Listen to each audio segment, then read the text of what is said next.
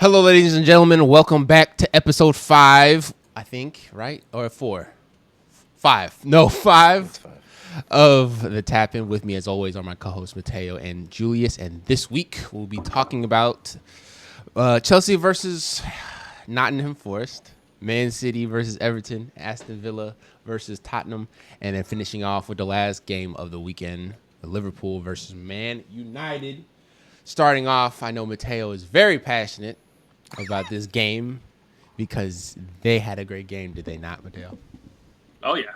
Well, I don't know if it was a great game to be fair, but it was a very exciting game. We had a very exciting overall game. Obviously there's a lot of drama involved in that one, It was but 3-0, bro. That's a great game. yeah, but that 3-0 doesn't tell that whole story. You got to hear me out. All right, I'm hearing First you out. half had me sweating. I'm not even going to lie to you guys. First half had me sweating. Nottingham Forest had a lot of chances. Honestly, they really should have been like one or two up from the get go.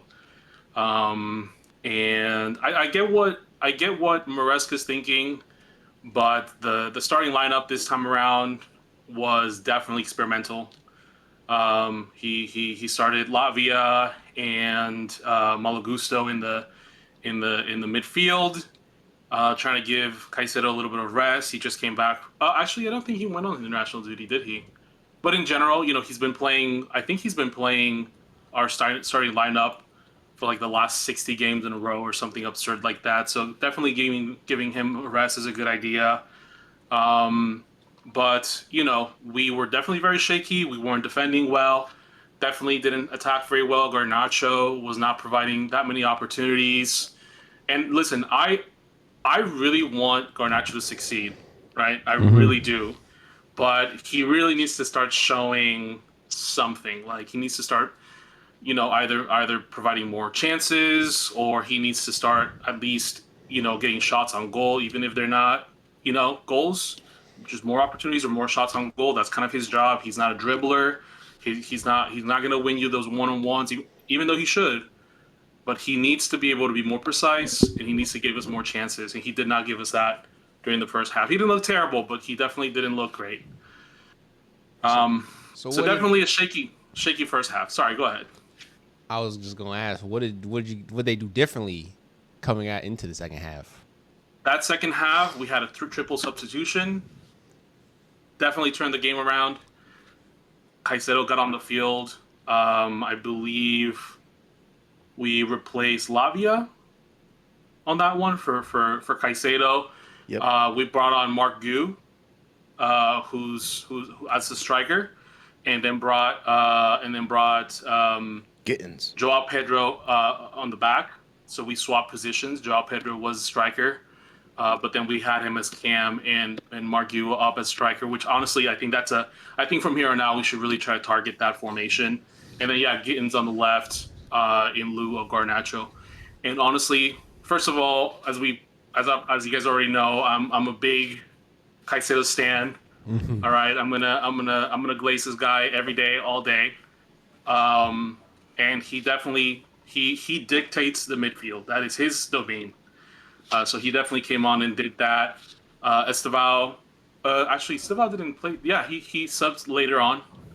Definitely showed pressed in.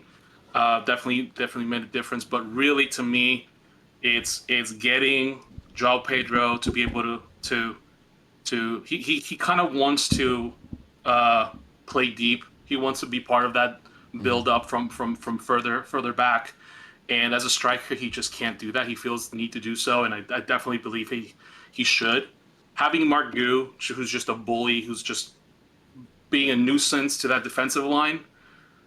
Now we see Joao Pedro shooting. Now we see Joao Pedro being more creative. I think a striker needs to be up front, and I think Joao Pedro needs to be behind every single time. That's where he belongs.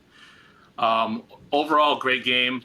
Josh Achampong, I think he's going to be truly a talent. He's already shining, which is so funny because I think at the beginning of the season we all knew that proper center back is what we need. But like honestly, our defensive line right now looks kind of solid. Granted, it's been 2 games, And as we know, Liverpool is not doing very well defensively right now, or actually offensively, sorry, both realistically.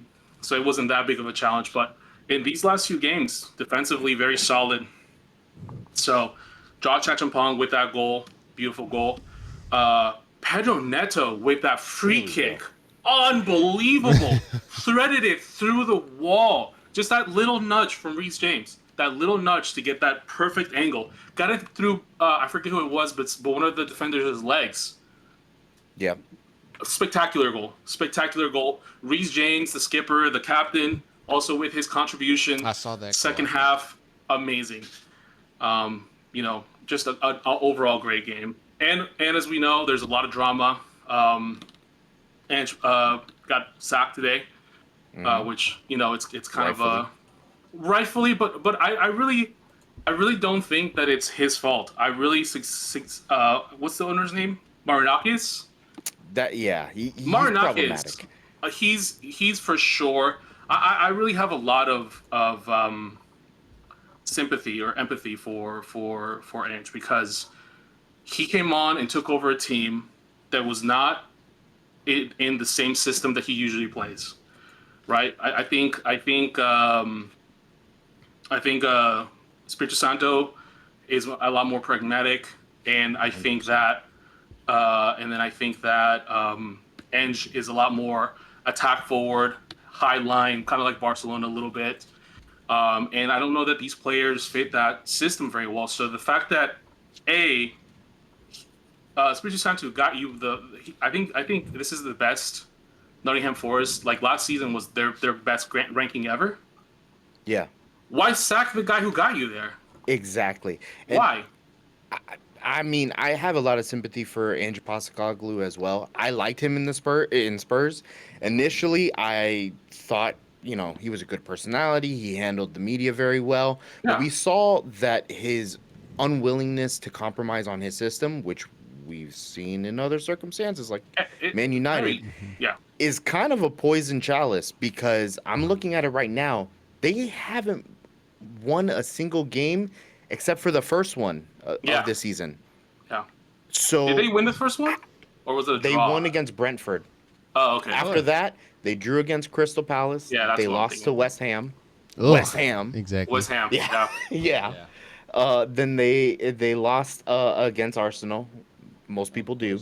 They lost against Swansea in the cup. Oh, Swansea Lord. is, what? They drew against Burnley. They lost against Real Betis in the Europa League. They lost against Sunderland, one of the promoted teams. They haven't even played I'm anybody sorry. that good. Sunderland's kind of cooking, though. Okay. But Nottingham Forest, like you just said, came off a historically great season where there was points. They were in European places. I mean, they ended up in European places. They're in the Europa League. But, and then the losing continued. They lost against some FC. I don't even know how to say that. Midtjylland? Somewhere from Scandinavia. Has to be. Then they lost against Newcastle. Then they lost against Chelsea. And, I mean, it was overdue. I mean, it soured very quickly in Spurs for Ange Postecoglou. It was well overdue that that Ange had to go. And I'm sure there's some buyer's remorse. They should probably have stuck with Santo. And I'm actually surprised it took you so long to mention Neto. For me, this was the Pedro Neto game, because he set up Achibong too. Yeah, Josh excellent today. Achampong. So of course, Pedro Neto. Man. But the reason I have mixed feelings with Pedro Neto. I think how he performed today is how he should be performing all the time. Yeah. And he's not doing that. That's why I don't get as excited with him. Okay. Josh Achampong, though, he hasn't played very many games. He's a Chelsea boy. He started, I think, when he was 8 years old in the academy. Yeah, commentary said that. Yeah. He is absolutely homegrown talent, and he is absolutely shining right now. And that's why I'm so excited for him. I think this is his first goal for the senior team, for his senior career. I think so. Yeah. I think they said that, yeah. Tremendous work from him, obviously. I'm very excited. I have to manage my excitement a little bit here, because Liverpool to this I want to make sure that I manage my expectations because I really want to say that we can go all the way, and I really truly believe that. But I still have to remember that we are riddled with injuries. All of this, Reece James has historically had, a lot of injuries in the past, and he's truly one of when he's in top form. I think he's probably one of the best right backs in England when he's in top form. Yeah, relax. I'm not a psycho. Relax. Hey, listen, we've heard some things about Caicedo. No, hold on a second. Caicedo, let's that's different. I will argue that all day, every day. But Reece James, even now, as a more senior player, doing great things. But yeah, this team, I really want to think that if we had a fully fit team, that we would be a real nuisance right now, because I feel like Enzo Maresca is getting into this kind of rhythm. I think last season he was experimenting a whole bunch, and I think this season he's doing a little bit of that too. But I'm starting to see some stuff solidify. You already know how I feel about Joao Pedro and about Esteval. I think that them are big huge talents, and if we had a full Colwell, Cole Palmer team with Maresca's system, man, I don't know. I really think that we would be a menace. I really do. And I know that I haven't really seen him play a whole lot, but Liam Delap up front, he's just like a big burly dude. I think he's done pretty well in Ipswich. I really think that Cole Palmer, even if Cole Palmer is on the right and Joao Pedro's in the center, and you just kind of alternate Esteval and Cole Palmer, or have Esteval on the right, Cole Palmer in the center, and then Liam Delap up front. Oof. With a proper Pedro Neto or a proper Gittins, like what we were promised. Sky's the limit. I don't know, guys. I don't know. Well, a question. Yes, sir. Y'all didn't. Yeah, like from what you were saying, you guys had a pretty sloppy first half. What would be was it the lineup? What's your ideal lineup to start this game? Oh, yeah. So it was definitely. I think it was definitely the lineup. Let me see. I'm trying to remember exactly what the lineup looked like. Because you said they brought in like 3 or 4 people in the hat, and that was the difference maker. So yeah, no, sincerely, it really is. I think that, and he said it in his press conferences. He tries to match the starting 11 to that team. So very rarely do you see the exact same starting 11 with Maresca, which I think is both a blessing and a curse. Yeah. Because he takes a lot of risks. Oh, okay. Yeah, because starting players to fit how another team plays it's smart to an extent, but it also gives your starting squad less of an opportunity to play together and get that chemistry gel together. Because you wanna counterattack what they're trying to do, but you also want to play your own game at the same time. And if you're always switching the lineup up, you're not getting that chemistry, and you're not able to play how you want to play the majority of the game, which is what it sounded like what happened in that game. No, I hear you. I think, though, Maresca's very well aware how delicate the squad is to injury right now. I think coming back from basically not having a preseason and, being champions of the world. Everybody hates that, but I love it. I don't care. Talk your shit. I think you guys won. I think that's truly been the thing that he's had to work around. And so, like I said, he has to bring in some of the new signings, right? He needs to give them playtime. And who else? What better team to do that with than Nottingham Forest, that has had probably one of their worst seasons in a little bit, right? For sure, since they've been promoted. So I think he's trying to see what could work, at least for the first half. And then afterwards, now he kind of knows who to put. I think that Gusto in the midfield was really smart during the Liverpool game, but I don't think he did. I don't remember him. He didn't do that well this game. He got a red card, for God's sakes. Yeah. He got a red 2 card. yellows. I think like at the last few minutes of the game, when we were up 3-0, a slide tackle on their half. For what? For no reason. Other than maybe he had like a parlay or something on us getting a red card, and he was just trying to like get that in. You know what I mean? Like it was upsetting. So I think that's what it is. But you asked me what my ideal with what I've seen now, right? My ideal would definitely be, well, not really ideal because we have Sanchez in the back. But that's all we have, right? Honestly, it would be Mike Magnan. Oh yeah. If you guys can in the back. Yeah, we tried. Well, supposedly we were bidding for him, but I don't know. James, January is not too far away. Yeah, but I don't think we're gonna make a lot of big moves. No. I think these like there's been a lot of rumors, but there's a lot of also like those I forget what it is, those charges that we have with FA or whatever. So I think we can talk on that a little bit, but yeah, I think that's going to be the big thing.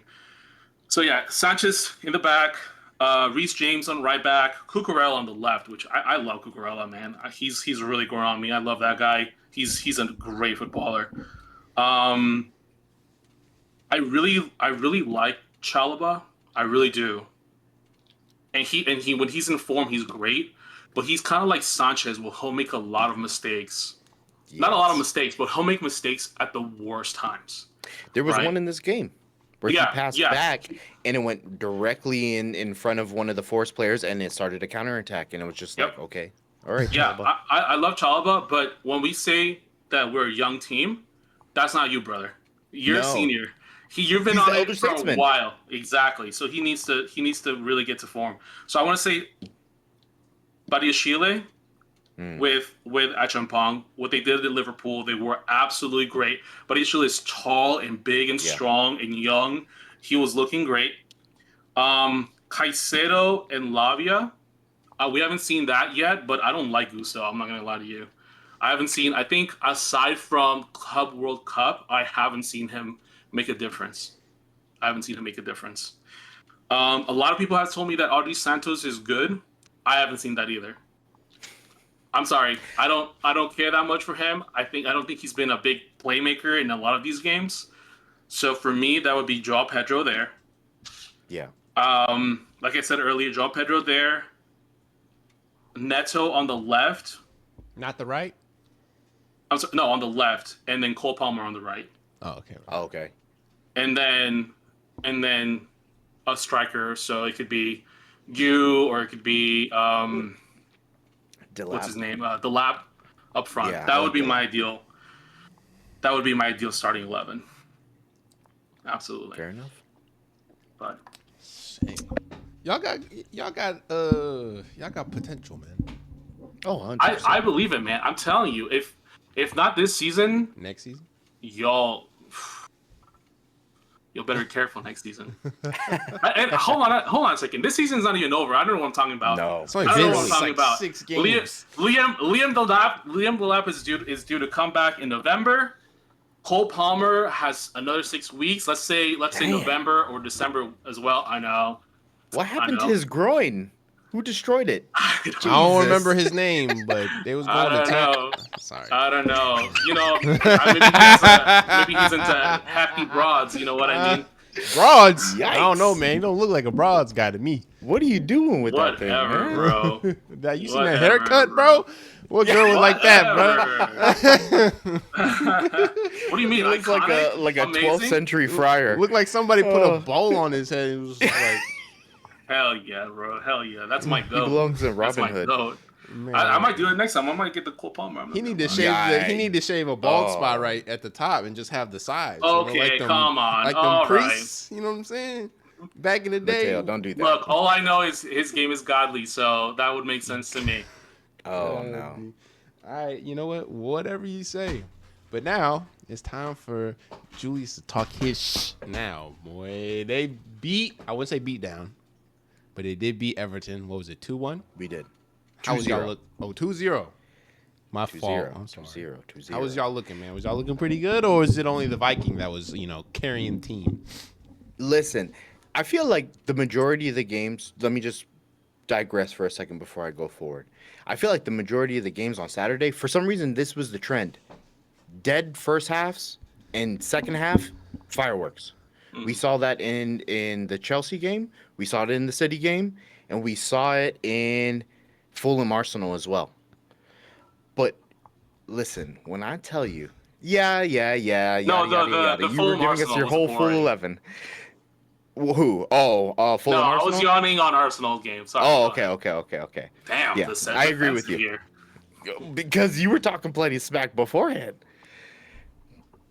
The audience didn't see that. You got it. Listen, Haaland is red hot.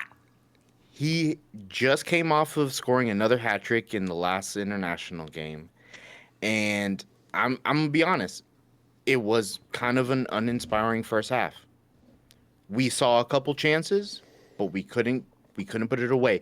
My issue is Savinho. Similar to how you feel about Neto, we're just not seeing it on a consistent basis whatsoever. He's creating plenty of chances, but on that right-hand side, I don't see it because he had two very clear-cut chances. One whiffs it.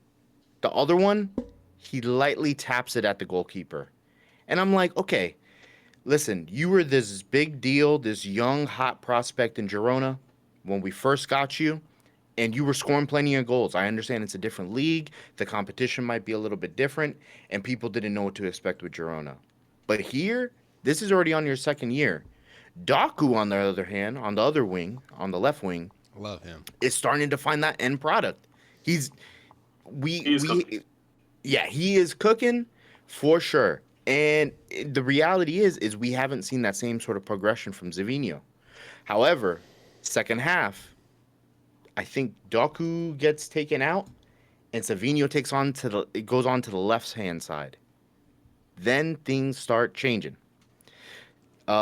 Because he takes over the left hand side, and Haaland comes through with a beautiful bounce down header, from across from Nico O'Reilly, who overlaps Savinho. And let me tell you, it was gorgeous. Those are the sort of chances I want to see Haaland take. Because even when things aren't coming off, he makes something out of almost nothing. Yeah. So I was very, very happy with that. And I'm happy with how our midfield is coming along. We're starting to look a little bit more creative. I'm not going to over-celebrate because, as we talked about, it's early in the season. I like where we're looking at and where we're at in the table. But okay. Yeah, I'm sure you are. It's early. It is early. And I am not going to over-celebrate or get too confident just yet. But Foden, he might not be making that pass. He might not be getting his assist just yet. But he is starting to cook because he was the pass before the pass for the second goal, where he passed to about 10 minutes after that first goal. He finds Savinho on the left wing with a quick low cross, who Savinho crosses it in real low and hits Haaland, who hits it from far out, nutmegs the defender, and lands it in the corner. And that's what I want to see. And then beyond that, we finally saw Cherki come back. And Cherki is one of those players where we saw him in preseason up against Juventus. We saw him against Al Hilal, albeit it was a loss. But in that Club World Cup, I was very impressed. In early season, I was very impressed. Another one that got an injury, but he's finally back. And he might have been in the game for, 15 minutes and created some beautiful chances that could have gotten Haaland his hat trick. But, unfortunately, our Viking can't get it in every single time.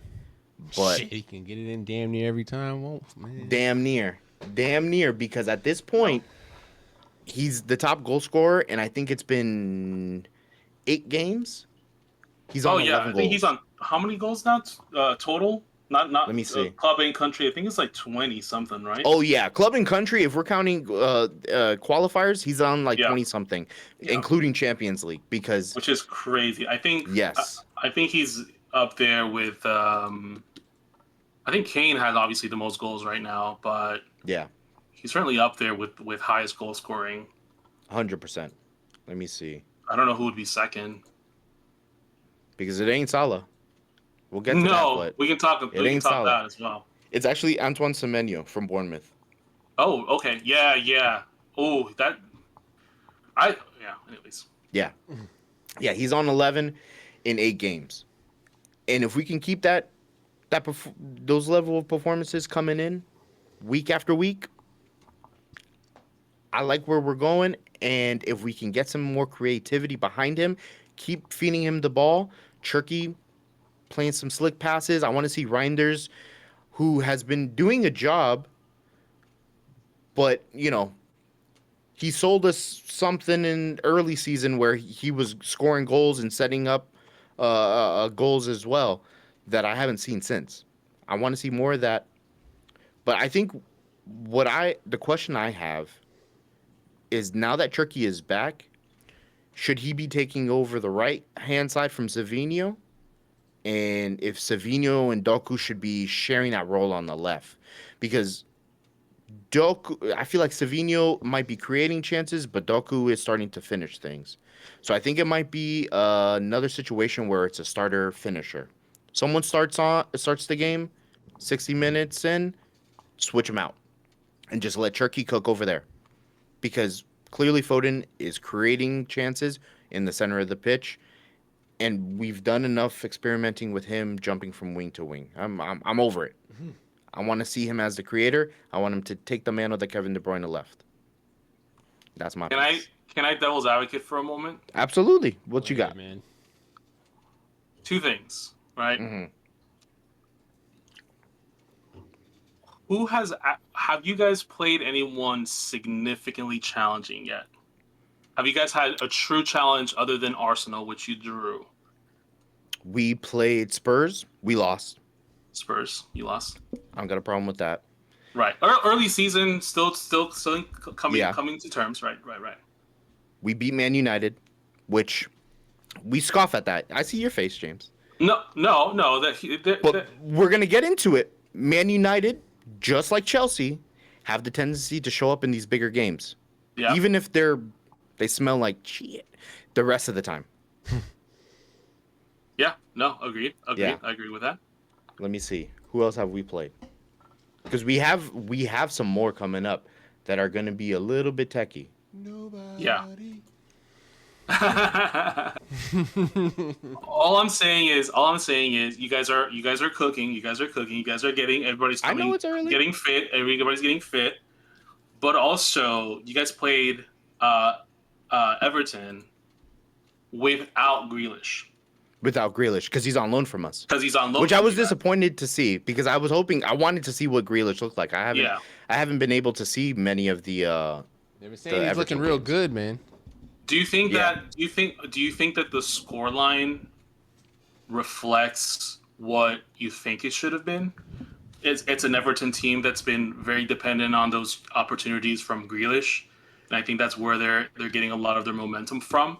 Do you feel like maybe you guys should have had more chances, or not more chances, more? I think more a wider score line, or are you happy overall with the performance? I'm happy that we put in a performance. We looked creative a lot more than you guys had crazy possession. Like, yeah, I think you guys had which is standard for the course. Yeah, that's not, for us. That's pretty much what we do all the time. Mm-hmm. But I think that in terms of obviously Everton is not one of those giant killers, or we should be beating Everton, just like you guys should be beating Nottingham Forest. Yeah, exactly. It's one of those situations, but it would be a massive concern if it looked like we struggled against them, right? Yeah. Or if we outright lost against them, then I would be concerned. But right now we haven't lost in 8 games. So no, you guys definitely earned that spot right now. Yeah. Hopefully, you guys can find your footing, and it feels like you're I think we're ramping up there. to these big games. Yeah. So I'm excited. I mean, I obviously I don't want you guys to win because you guys are kind of like the modern day Man United. Sorry, but modern day version of Man Yeah. United because you guys are the winningest team of the last 10 years for the Prem. I don't want to see that. Obviously, I'd rather like Bournemouth win. Obviously Chelsea, but if not us, right? But still, I love to see a good game. So But we have some tests ahead. I mean, you're right. We who's coming haven't up? played. You have next. Let me see. So who going they got back, next, man. yeah, I know who we got in the league. Aston Villa better show up. I'm telling you, Aston Villa Hey, better look, show up. man, wait. We on a 5-game That- win streak, baby. Look. I'm not gonna bet against right. you guys. You should. And Bournemouth, who we were just talking about. Semenyo is the second top goal scorer, and they've been great. Borussia Dortmund, we'll see. Holland is going back home, or to where he played last. Then we're going to play Liverpool after that, and then we're going to play Newcastle. So we have some tough fixtures coming up before Christmas, for sure. We have some fillers in there. We won't say fillers. That's disrespectful. Disrespectful over here. Jeez, Yeah. Please. But we have some easier games that, again, we should be able to handle. Right. And then we're going to hit Hell Week for a while because, Real Madrid is December 10th. Yeah. Ooh. Yeah, we have Barcelona this month, so. Yeah. There's going to be some tasty with games no Cole coming up. Palmer. Oof. We'll see. Beat down. We'll see. Loading. Honestly, no. You know what? I think we're gonna get them. I think we're gonna get them. You were about to say them. and then you had to remember I get you a were little Chelsea's nervous. fan. I get a little nervous. They have a wonder kid too, but They have the Wonder Kid, man. they have the wonder kid. Yeah. Who? Yamin Who are Yamal. we talking about? Lamine Yamal. Oh, we're talking about Barcelona. Yeah. Yamin Yamal. I don't know, my friend. Yamin. We will see. Lamine Yamal. Right. But hey, we beat PSG and PSG beat them, so I don't know. Transitive property, does that work here? Oh no, I don't think that's how that works. But that's how I look at it, right? We beat Tottenham, that means we beat Man City. No, I'm just kidding. No, but you guys did. You guys, honestly, amazing goals, amazing performance. They were great goals from Aston Villa. That it felt very even pace, but really nice. Let's talk about it. We could talk about it. The Aston Villa's on 5-game win streak, man. Since the first episode of the podcast, I didn't think that we would be right here, bro. Because it was like, I've said this millions of times, but it was just sadness. Who we lose to that just came up from the championship? We lost to Brentford, and that's when I was like, oh, this might be a problem, guys. We just lost they just came up. There's no way we're losing to Brentford. No, Brentford didn't. But anyway. What do you think is happening? What's driving this? What do you think is driving this streak? So I know. So in football, right? So in American football, the saying is, it's a game of inches, and usually when you mean like it's 1 inch, 1 step, 1 play at a time, and you start with the first win that they had in I want to say Europa League. It doesn't even matter that it wasn't in the Premier League, but it was against Bologna. I think it was Bologna. It wasn't a pretty game, but you get the win, and one step we got. Okay, boom, we can win these games. We're competitive. Then you take a massive step with Fulham, and you beat them convincingly, 3-1. We played really good, and now you're just like, okay, hold on. Now we got something rolling here. We're not, we can do something, right? We're not gonna be Man City or you guys or Liverpool, but we can, why not? It could be competitive. And you keep that ball rolling, and you beat, even though Burnley's not that good. And what was it, Feyenoord in the Europa League, and you're just like, okay, boom, and then those 4 games, you're like, all right, look, for 4 in a row. We got this, man. We're a good team. We can attack. We got our captain, John McGinn. You know what I'm saying? Who's always there. Mr. Consistency. Even if we're not playing good, he's going to be trying his hardest, slide tackling this on the left wing or the right wing or in the middle because, he shifts around every once in a while. And so he's like, he's the the captain of what they're supposed to do, and Ollie Watkins has started to play better, and I think I was surprised when I got the notification on my phone last week that him and Morgan Rogers both scored. I want to say against Wales or somebody. I can't remember. But they both scored. And I was like, this just adds one more step, one more inch. Because now they're on an international scale, scoring that. Hey, that means something at least. That's huge. No, that's huge. And so they're playing with so much more confidence. They're playing with, they're taking the chances when they get them, right? And, when they're building the ball up, they're not playing overly aggressive, but if the opportunity is there, they do take it, which I love, because in the first 3 games, they didn't. If the opportunity came, they they would overthink it and try and do an extra pass, or they wouldn't go for it and they'd be conservative. Mm-hmm. But now they're like, opportunity, I'm going. I'm taking the shot. Because that's what happened with Morgan Rogers is he tries to pass it, but it deflects off and he's got a beautiful opportunity and he takes it right there. Maybe in the beginning of the season, I'm not so sure he would have taken it. Maybe he would have, but I don't, But he took it with confidence and it was a beautiful shot right in the top left. The keeper could not get to that if he tried. And then Vicario was struggling. Yeah, he was struggling. But to be more specific about this game against Tottenham, so it was scary though, because they did score that goal in like the 4th minute. Minute 5. Yeah. And it's like they've been prone to do that because they did it against Brentford too. They let a goal go like in the 7th minute. And, usually they've haven't been able to battle back, or they do, not too much. But what was great about it was, even though their defense cracked for that point in time, they were able to dig in defensively for a majority of the first half. And they were able to weather the storm of Tottenham, because Tottenham was getting a lot of chances. They were on the offensive in that first half. Yes, they were. All over us. But they dug their heels in, and they were able to keep it at 1 goal.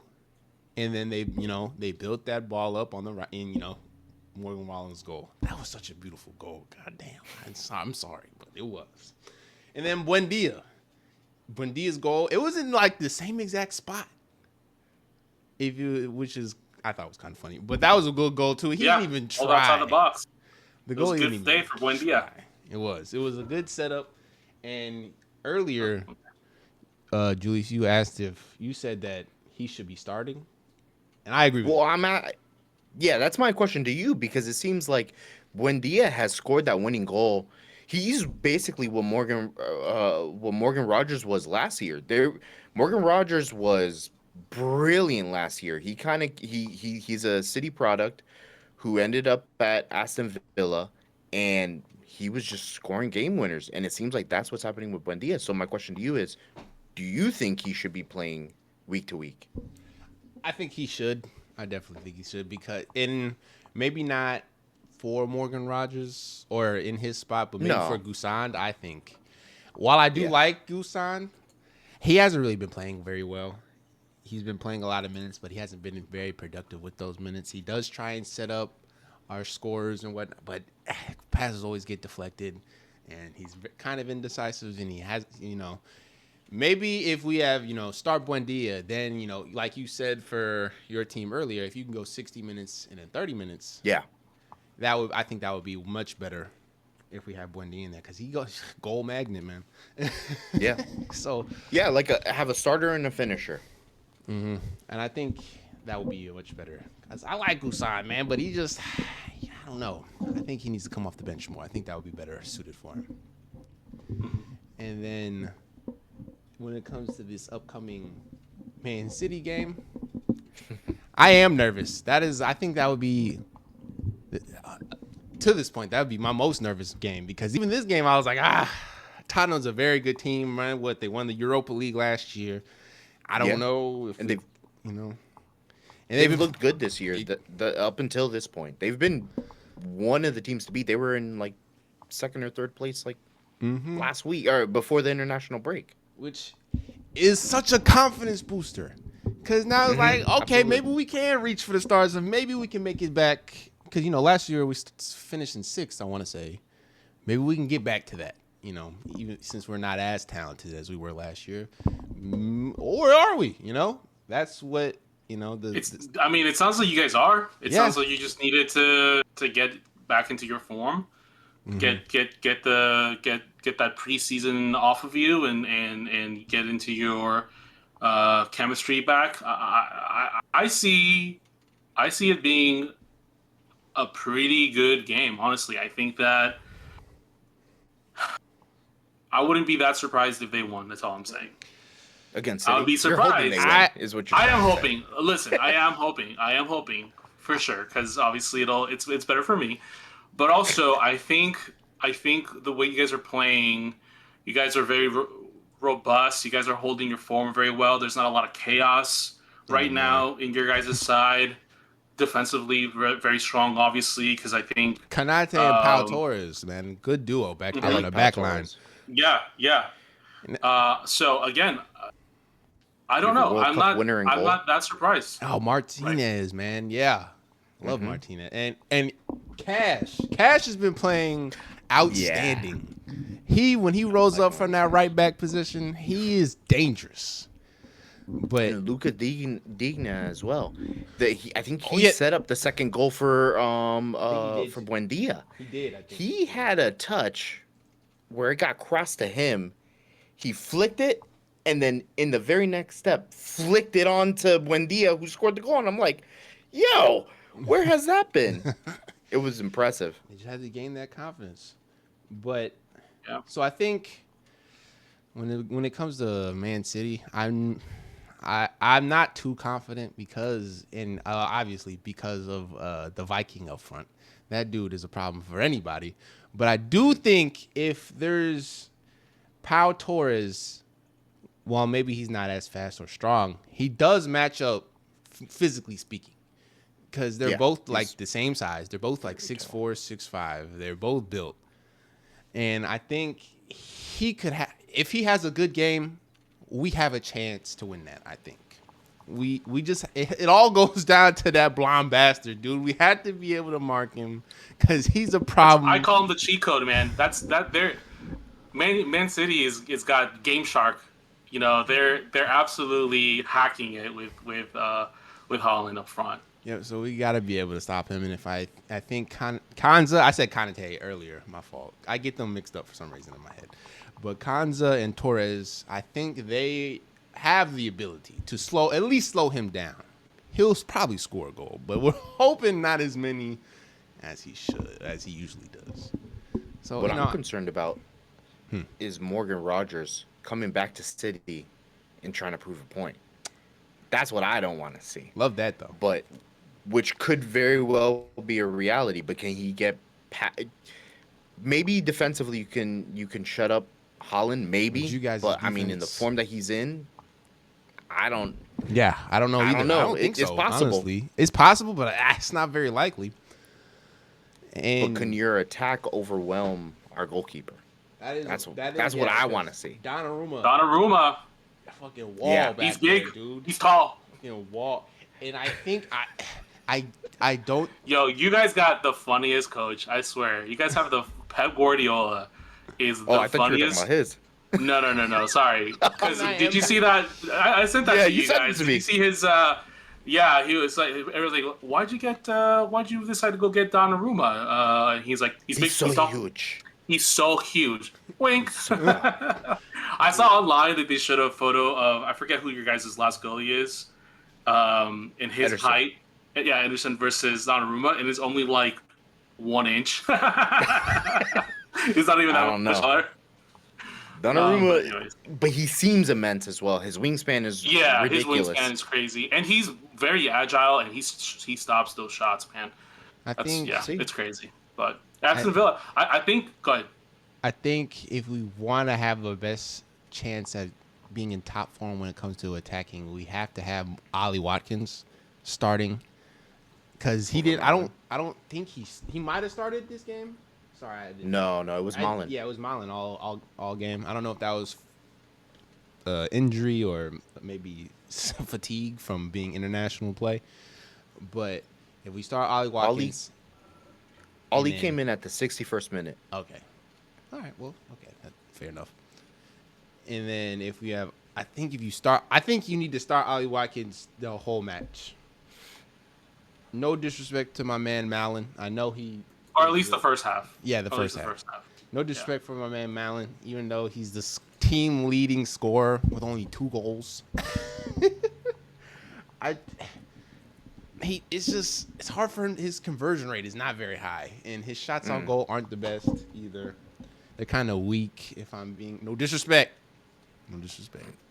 But you start Ollie Watkins at least first half, then you have Buendia come in first half as well, and you keep Rodgers in there because I think he's been playing better as the season's gone on. Of course, you keep McGinn in there. He's the rock of the group, and I think with that starting 11 or starting attackers, whatever, front 4, I guess, we have a shot. But that plus confidence. Yeah, plus confidence. Yeah. Honestly, I think that's like half. A lot of these games, half of it is skill, and then the other half is psychology, man. Mm-hmm. It really is. I think once you start getting, the inertia, the wins under you, or the losses, right? Like we're seeing with Liverpool right now. I think there's something to be said that psychology is like almost equally as important as skill. Let's talk about it. Liverpool. Okay. What is this a mental thing? Because I refuse to believe it's a skill issue with all the skill they got. I think it might be almost too much skill. Does that make sense? That could be a problem. I think that there's too many players who all were islands and now have to become a continent, I guess. I don't know. But like you see what I'm saying? Like you have to I don't know where I'm going with that. I think you're thinking of an archipelago, man. I don't know. Archipelago? But that's still individual little islands. Okay, that works. I dig it. What a match. First of all respect to Man United. That first goal was the fastest goal in Prem history. Within the first 2 minutes. Yes. Sorry, not history. Sorry. Season. I don't know. Okay, season, for sure. Sorry. Season. Within the first second, I don't know, what are you Googling that right now? What the fastest? I'm kind of curious. No, I'm not. But yeah, you are right. It was 2 minutes in. 2 minutes in. Yeah. First of all, ridiculous. A complete abomination of a performance by their defensive line. Kirkes and Van Dijk both absolutely unmarked Mbuemo. I think what happened was that Van Dijk hit McAllister, I think, on the head with his elbow, and I think maybe that got him off of it because I think that they thought that the ref was going to stop it for that. But listen.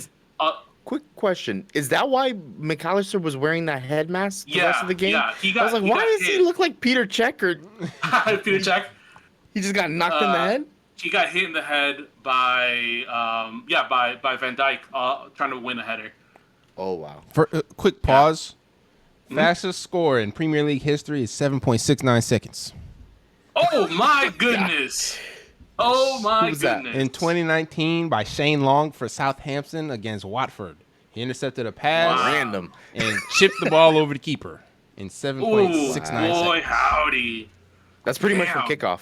Yeah. That's like a FIFA glitch. 7 seconds. Was that before? Exactly. Was that before or after they changed the kickoff? That's like a Masvidal the finish, kickoff? You know what I mean? Is that before or after they changed the kickoff? When did they change the kickoff? Remember, because you stand right next to the dude. But now, guys in the middle, you got to kick it out the circle. To the midfielder. Maybe it was a pass back and then a launch over. He saw the goalkeeper off the line and just went for it. That's crazy. I hate when goalkeepers do that. By the way, that's my biggest pet peeve. Yeah. What are you actually doing by being? Anyways, sidetrack. But Neuer does that a lot, and I think that he needs to stop because it's bitten him in the backside a couple of times. Yeah, Neuer. But anyways, man, what a terrible performance from Van Dijk during that first goal. Absolutely, like, did not mark anybody. Kirk has I don't know why he's on that. I don't know. They need to figure something out for left back, because he's not doing what they expect him to do. But yeah, after that first goal, Man United said, "Let's park the bus." And for that full first half, they were just like, "Let's pull an Arteta, let's pull an Arsenal, let's park this bus," and they did that spectacularly. Honestly, Man United really did great this one round. But then, yeah, obviously the second goal was amazing as well. That was the header from Fernandez, right? No, Sorry, no. So it was a cross. It was a cross. It was a cross from Fernandez, and it was a header by Maguire. Yeah. Yeah, but in between there, Gakpo, they equalized for half a second. Yeah. Gakpo, they equalized for half a second, and then Maguire came up with that crazy header. And we've seen this in a couple of instances where Man United, if they're in doubt and they're looking for a wonder goal to pull the game back into focus. We saw it even in the Grimsby game where they lost miserably. Mm-hmm. They send Maguire up there to play a striker. He's a defender. What are you doing? How is that your creative outlet? You spent all this money for what? But it worked. Yeah. And it's worked in the past. It's ridiculous. No, absolutely. Yeah, shake it up sometime. But yeah, a lot of islands. There's like no strategy up front. It feels like whenever they're finally, and they had possession pretty much the whole game. I'm looking right here, 64% possession. Every time they got to the final third, it was like the Spider-Man meme. You know, nobody knew what the heck. Who's gonna do it? Nobody. Yeah, and I don't know, man. There's sometimes egos. I feel like some of the passes weren't made. I think I remember. I don't know who it was. Maybe it was Isak, who was fully on mark, basically right at the edge of the box. Could have been an easy through to him, and he could have finished it. And instead of doing that, they kept going through the sides, through the wings. I'm like, why are you doing that? I know you saw him by himself, unmarked. Why wouldn't you just pass that?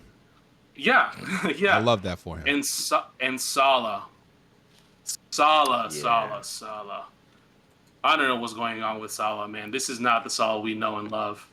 I don't know if he has a breakup or he got bad news, man. Or maybe it's the hair plugs, bro. It's the hair plugs. I mean, it had to be, bro. There's no other explanation. He went to Turkey, got them hair plugs, and he got too handsome to be good. Seems to be he went from crusty to clown to just absolute not that, but yeah. Shots absolutely missed, opportunities absolutely missed. Honestly, some of the services to him weren't great, but definitely not doing much. Really not doing much. And I think he's the only one on the team, or at least on the attacking front, that has like a role that everybody knows. Like, he goes out to the wings. It's defined. He goes out to the wings. You cross it over to him. He can either beat a defender and get it, or just take the shots, and it's good.